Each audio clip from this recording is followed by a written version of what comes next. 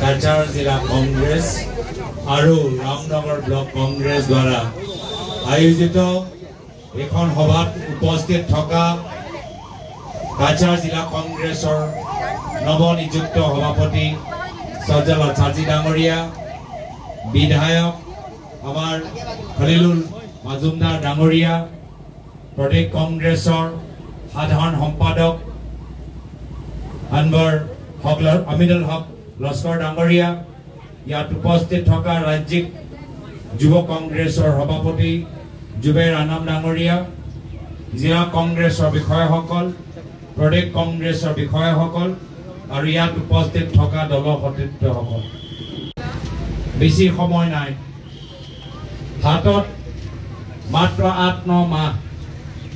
এই ৮-৯ মাহ যদি আমি কষ্ট কৰোঁ তেতিয়াহ'লে নিশ্চয় পৰৱৰ্তী সময়ত অহা বছৰ বিধানসভা নিৰ্বাচনত কংগ্ৰেছৰ নেতৃত্বৰ চৰকাৰ হ'বগৈ। কিন্তু তাৰ বাবে আমি নিজৰ বুথ শক্তিশালী কৰিব লাগিব আৰু সেইকাৰণে আপোনালোকে দেখিছে যে যোৱা মাহৰ পৰা আমি বুথৰ ওপৰত বেছি গুৰুত্ব দিছোঁ।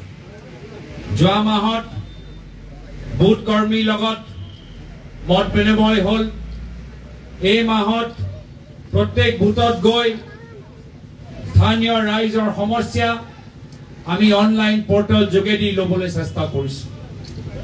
আজি ৰাইজে সেইটোৱে বিচাৰে যে কংগ্ৰেছ দল ৰাইজৰ মাজত থাকক। আজি ৰাইজ আতংকিত হৈ আছে, ৰাইজৰ মাজত ভয় সোমাই গৈছে, ৰাইজৰ মাজত চিন্তা সোমাই গৈছে আৰু যদি কোনোবাই এই ভয় আৰু চিন্তা নাইকিয়া কৰিব পাৰে, এয়া হ'ল কংগ্ৰেছ পাৰ্টি, এয়া হ'ল কংগ্ৰেছ দলৰ কৰ্মীখিনি।